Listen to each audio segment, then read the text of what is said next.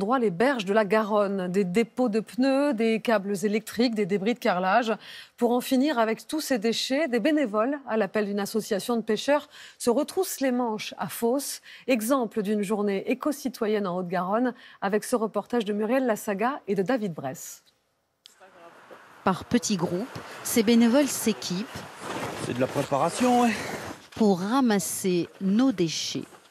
Nous sommes en bord de Garonne, où les crues ont charrié des tonnes de détritus. On a un peu de tout, de la ferraille, des restes de pique-nique, des bouteilles de verre, du câble, du filet, du plastique. En fait, c'est beaucoup de microplastique qu'on ramasse. C'est ce que traquent ces pêcheurs, le plastique omniprésent. Ça devait être un sac plastique.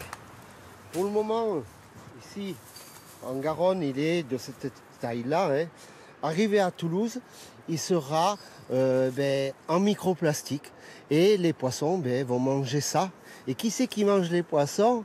Et c'est les gens. Le but de l'opération, répétée chaque année, c'est de ne pas laisser le temps au plastique de se dégrader dans la nature.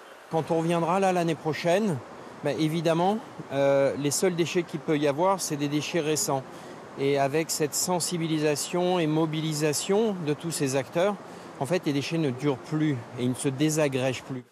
Ce plastique, c'est 10 millions de tonnes par an qui se déversent dans les océans. Ce matin, en moins d'une heure, une centaine de kilos. Pour mieux lutter contre ce fléau, une application qui géolocalise les déchets. N'importe qui peut le faire et recevoir un don en argent qu'il doit reverser à une association environnementale. Christian Clot, le fondateur, veut faire évoluer les mentalités. Est-ce qu'on est sur une tendance grandissante ou décroissante? Et quelles décisions on peut prendre? Et de quelle manière les pouvoirs publics peuvent s'engager?